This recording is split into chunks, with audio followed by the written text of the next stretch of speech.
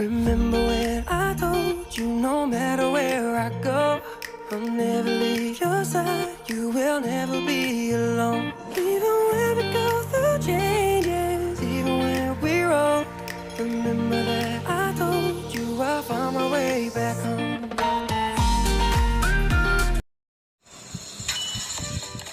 Assalamualaikum warahmatullahi wabarakatuh. Bagaimana kabar kalian semua? Semoga kalian tetap sehat ya.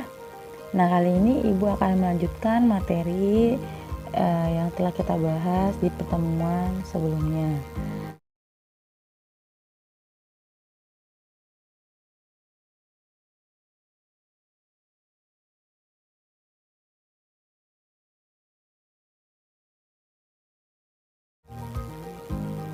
Nah, apa sih itu besaran pokok? Sebelumnya kita pasti sudah mengenal ya apa itu yang disebut besaran. Nah, besaran itu adalah segala sesuatu yang dapat diukur. Nah, besaran itu terbagi menjadi dua, yaitu besaran pokok dan besaran turunan. Besaran pokok adalah besaran yang satuannya telah didefinisikan berdasarkan hasil konferensi umum mengenal berat dan ukuran ke-14 tahun 1971. Sistem internasional disusun menjadi pada 7 besaran pokok.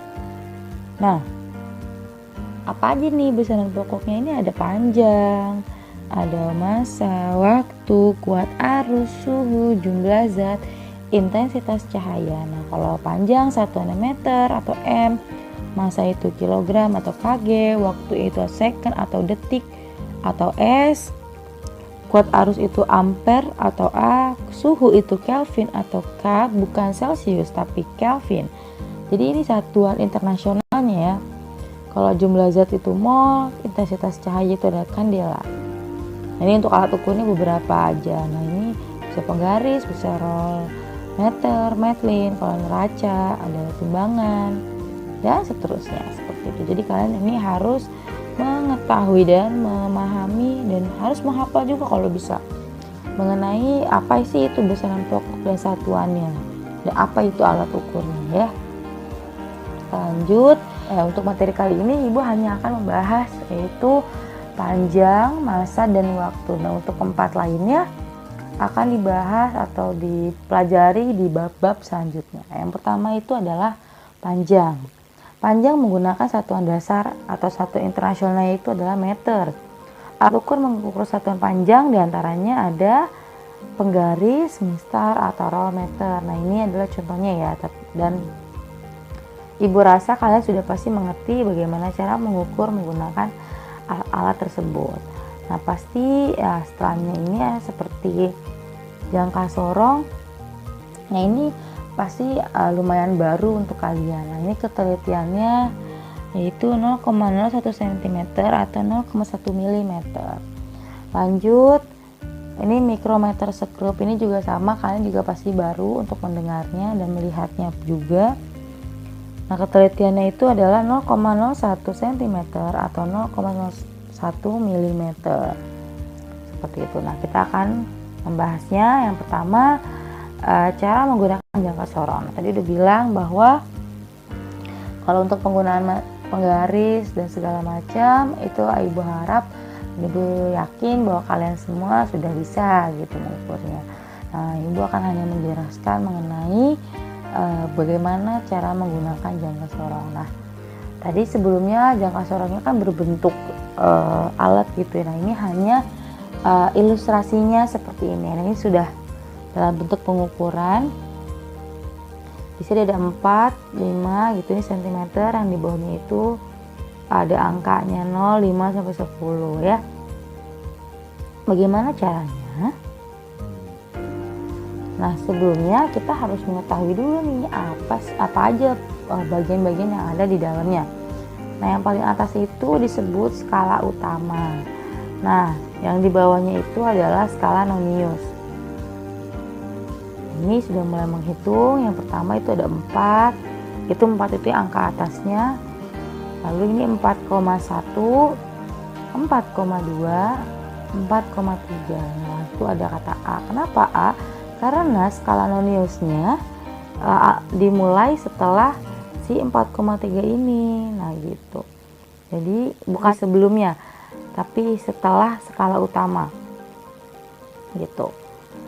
Lalu skala noniusnya berapa nih? Nah ini dilihat ada warna hijau ya di angka 5. Kenapa? Karena ini garis lurus skala utama dan skala noniusnya itu terbentuk hanya di sini. Selebihnya di tempat lain nggak ada, ya kan ya? Yang lumayan lurus, yang paling lurus terlihatnya hanya di sini antara skala utama dan skala nonius. Lalu diapakan? Nah ini kan N ya. Lalu kita masukkan, katanya tadi A-nya itu 4,3 kita dapat. Masukkan 4,3 cm ditambah di sini 5, berarti 5 dikali 0,01 cm sama dengan 4,3 cm ditambah 0,05 cm sama dengan 4,35 cm. Kita akan lanjut dengan cara menggunakan mikrometer scope. Nah ini bentukannya mikrometer scope-nya. Nah kita juga harus mengetahui apa sih bagian-bagiannya. Yang pertama ya pasti yang di sebelah situ adalah skala utama. Lalu yang sebelah sini adalah skala nonius. Sama ya kayak tadi, cuma beda tempatnya aja. Kalau yang skala utamanya sekarang sama sih di sini, cuma bentukannya terlihat beda sedikit gitu. Nah, gimana cara menghitungnya? Di sini ada A ditambah B dikali 0,01 mm. Nah, ini kalau skala nonius menggunakan milimeter ya. Karena digunakan untuk barang-barang yang perlu ketelitian yang sangat tinggi gitu. Nah, kita coba cek di sini ya, 1, 2, 3, 4, 5, terus 6, 7, 8. Nah ini ada 8. Terus bagaimana? Nah sama kayak tadi, skala utama dan skala noniusnya harus membentuk garis lurus di sini ya. Berarti untuk skala utamanya 8, skala noniusnya 12 nih, paling lurus ada di 12. Untuk skala utamanya kita sebut A dan untuk di skala noniusnya kita sebut B. Tinggal dimasukkan ke dalam rumus yang ada. 8 mm di sini karena milimeter ya. Tambah 12 dari sini B-nya dikali 0,01 mm sama dengan 8 ditambah 0,12 sama dengan 8,12 mm. Mudah ya. Nah, kita akan membahas massa. Jumlah materi yang terkandung dalam suatu benda itu disebut massa benda. Massa itu tidak sama dengan berat. Jadi kalian nggak boleh nyamain massa dengan berat ya, karena mereka adalah satuan yang berbeda. Massa suatu benda ditentukan oleh kandungan materinya dan tidak mengalami perubahan meskipun kedudukannya berubah. Sebaliknya, berat itu sangat bergantung pada kedudukan di mana benda tersebut berada. Jadi kalau massa mah nggak peduli dia ada di mana, tapi kalau saya berat itu akan berbeda walaupun objeknya sama. Misalkan berat badan kalian di bumi 500 Newton gitu, tapi di luar angkasa mungkin jadinya hanya 14 Newton karena dipengaruhi oleh adanya gravitasi bumi dan gravitasi bulan, seperti itu. Nah, untuk satuan dasar massa itu kilogram, dan sedangkan berat itu Newton. Jadi selama ini kalian keliru mengenai berat badan kalian. Harusnya kalian menyebutnya dengan massa badan, seperti itu. Massa diukur dengan neraca lengan atau neraca digital ya. Nah, atau biasa kalian sebut itu timbangan. Nah, kayak gini kalau neraca. Lanjut. Terakhir kita akan membahas mengenai waktu. Waktu adalah selang antara dua kejadian atau dua peristiwa dengan satuan dasar second atau detik dengan simbol yaitu S kecil. Misalkan waktu hidup seseorang dimulai sejak ia dilahirkan hingga meninggal. Waktu perjalanan diukur sejak mulai bergerak sampai dengan akhir gerak atau berhenti. Nah, itu contohnya. Alat ukur untuk mengukur satuan panjang diantaranya itu ada jam tangan, dan ada stopwatch, bisa juga jam dinding kayak gitu. Pokoknya bisa mengukur waktu lah, seperti itu. Oke, kita lanjut materi selanjutnya, yaitu besaran turunan. Besaran turunan adalah besaran yang dapat diturunkan atau dikembangkan dari besaran-besaran pokok.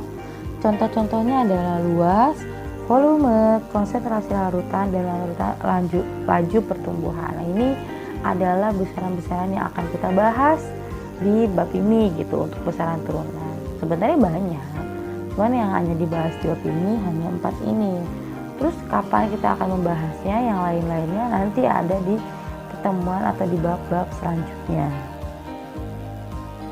Nah, ini kita coba bahas. Luas atau L besar sama dengan panjang atau P dikali lebar L. Nah, panjang itu kan satuannya meter, lebar pun meter, maka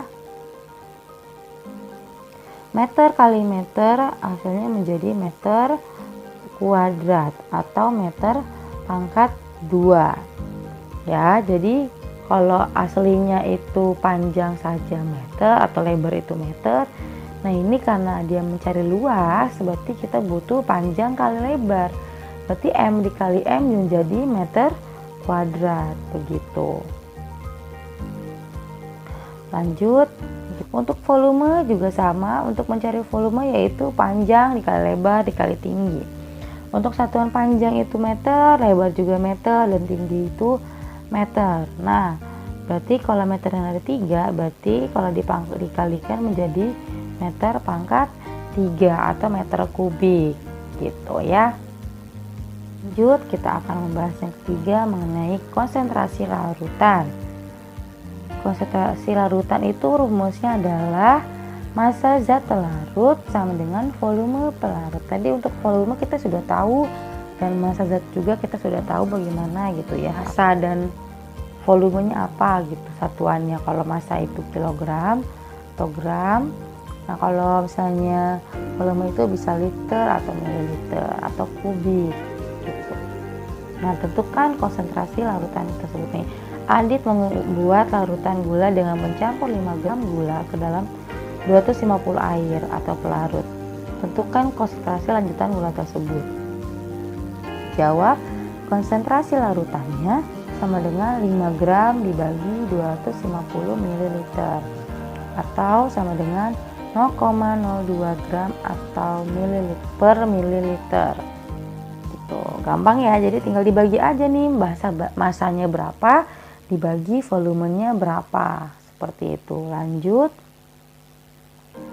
laju pertumbuhan. Laju pertumbuhan sama dengan tinggi akhir dikurangi tinggi awal per waktu. Nah, contoh soalnya seperti tinggi tanaman kacang hijau di minggu pertama itu 2 cm, berarti ini tinggi awal. Pertumbuhannya di minggu kedua adalah 4 cm, berarti ini tinggi akhir.